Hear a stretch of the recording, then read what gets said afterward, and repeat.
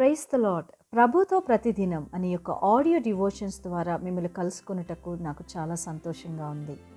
ప్రియులారా, ప్రభు కృపను బట్టి బాగున్నారు కదూ. ఈరోజు అంశము భయపడకుము. లేఖన భాగము యెషయా గ్రంథము 41వ అధ్యాయము 9-10 వచనములు.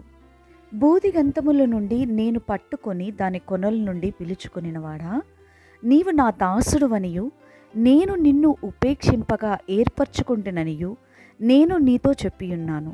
నీకు తోడయ్యున్నాను, భయపడకుము. నేను నీ దేవుడినయ్యున్నాను, దిగులు పడకుము. నేను నిన్ను బలపరుతును, నీకు సహాయము చేయువాడును నేనే. నీతి అను నా దక్షిణ హస్తముతో నిన్ను ఆదుకుందును.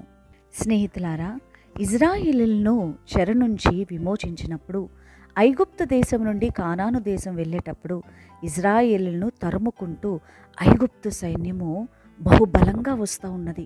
కొన్ని లక్షల మంది సైన్యము, లక్షల మంది అయిన ఇజ్రాయేలీయుల వెనకాల వస్తూ ఉన్నారు. ముందల చూస్తే ఎర్ర సముద్రం, ఆ సన్నివేశం మనందరికీ తెలుసు. వెనక చూస్తే భయంకరమైన సైన్యం, ఐగుప్తు సైన్యం వారిని తరుముతూ ఉన్నది. అప్పుడు ఇజ్రాయేలీయులు చాలా భయపడ్డారు.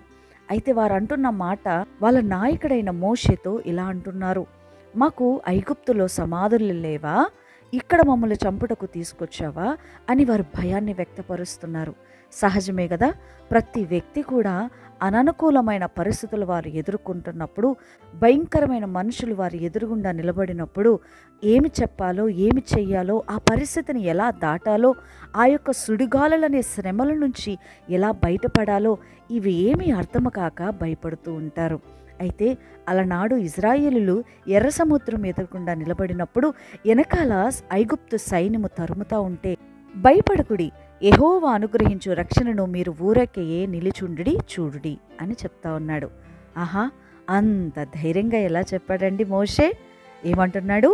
భయపడకుడి, యెహోవా అనుగ్రహించు రక్షణను మీరు ఊరకయ్య చూడుడి అంటున్నాడు. ఎంత చక్కటి మాట అండి. భయపడనక్కర్లేదు. సుడిగాలులు, తుఫానులు ఎన్నో ఎన్నో ఎన్నో నీ జీవితాన్ని చుట్టుముట్టినప్పటికీ కూడా భయపడద్దు. అలనాడు ఇజ్రాయేలులకి ముందులున్న దేవుడు, ఎర్ర సముద్రాన్ని 2 పాయలు చేయగలిగిన దేవుడు నీ జీవితంలో కూడా ఆరిన నేలపైన నడిపించి ఆయన మహిమార్థమై నిలబెట్టుకుంటాడు. స్నేహితులారా, యెషయా గ్రంథంలో దేవుడు చాలాసార్లు భయపడొద్దని చెప్తున్నారు. మొత్తం బైబిల్ గ్రంథంలో 366 సార్లు భయపడకుడి భయపడకుడి అని వ్రాయబడి ఉంది.